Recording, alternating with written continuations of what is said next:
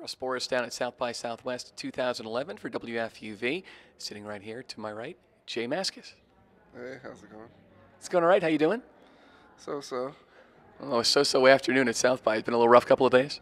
It has. Yeah, chock full of running around. How many times have you been to Austin? Good question. I don't know, 10, maybe 15. Is you kind of used to the craziness of this and running around and playing a ton of shows? Oh, yeah. I mean, I think I might have gone overboard this time, though. It's fun to see how many shows you can have, but now I think I've maybe gone too far. So when do you realize I may have maxed over? Is it just physically taking a toll? Yeah, I can't, party into the wee hours now. I feel myself. I had to go to bed at like 10 yesterday, and I felt ashamed. We're all getting older. I mean, there's nothing you can do about it. Yeah. Is there anything that you've had a chance to see yourself here in like other bands? No, I've had intentions of seeing other bands and stuff I wanted to see, but it just didn't happen. I did see Soft Moon, a band I like, in Where are those guys from? San Francisco.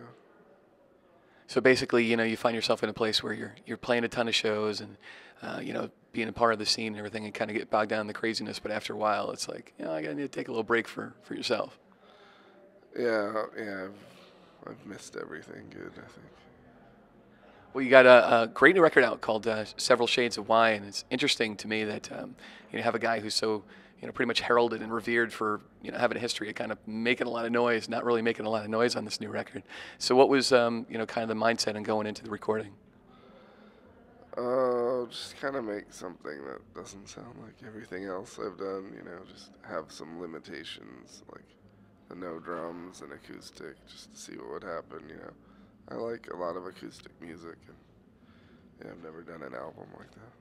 Is there, certain influences that kind of, affected the record? Yeah, I like all, the English, like Pentangle and Fairport Convention, Incredible String Band, and kind of all those offshoots and, West Coast stuff, like Crosby, Stills and stuff. It's interesting how you're really exploring the acoustic guitar on this record so much more, and the playing is great, and the songs are just come together really well. It's kind of, the production's on it pretty warm. I mean, it's a beautiful record. Thank you.